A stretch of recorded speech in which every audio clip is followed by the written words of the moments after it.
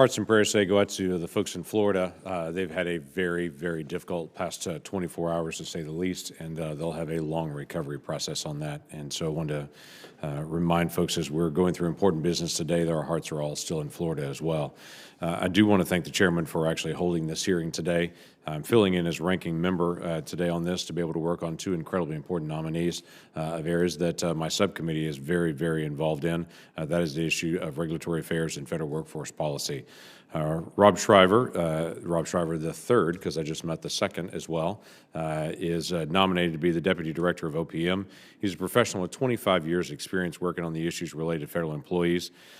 We've had the opportunity to be able to talk at length already before this hearing on several of the federal workforce hiring issues and some of the challenges. There are significant challenges on the federal workforce. Over the past decade, OPM has had to navigate many changes in leadership, structural overhauls, a major cybersecurity event, while attempting to achieve its mission to lead executive branch federal workforce policy and administer the benefits programs for the federal family, as well as handling retirement issues. OPM continues to have many challenges it needs to address. For instance, it takes 100 days on average for the federal agencies to be able to hire a new employee, 100 days.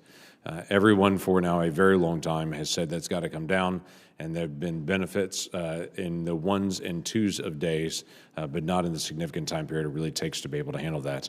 Another is on the other end of not just the hiring, it's actually on the retirement process. OPM manages a paper-based retirement system out of a cave in Pennsylvania. This has got to be resolved for our federal retirees as well. If we're going to have a modern, effective federal workforce, OPM has to be a modern, effective agency as well in leading that. Look forward to that conversation today.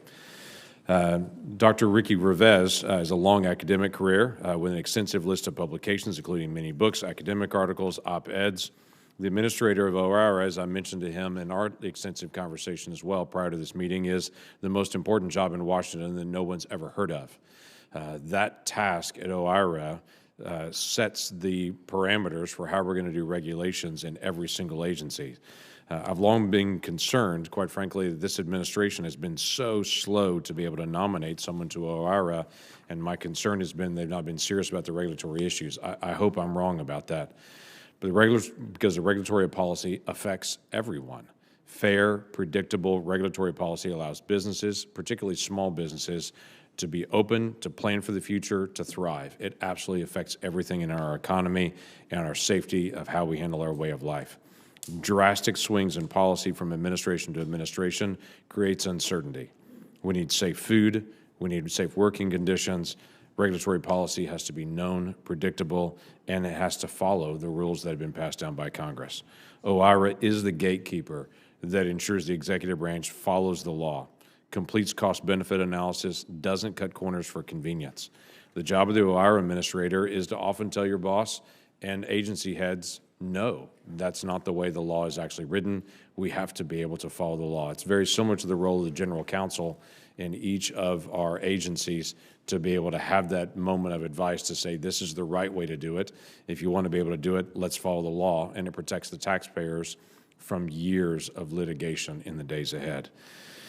Professor, there'll be many in the administration that are going to press, because every administration does, Republican and Democrat. They press on OIRA to be able to go faster, to do different.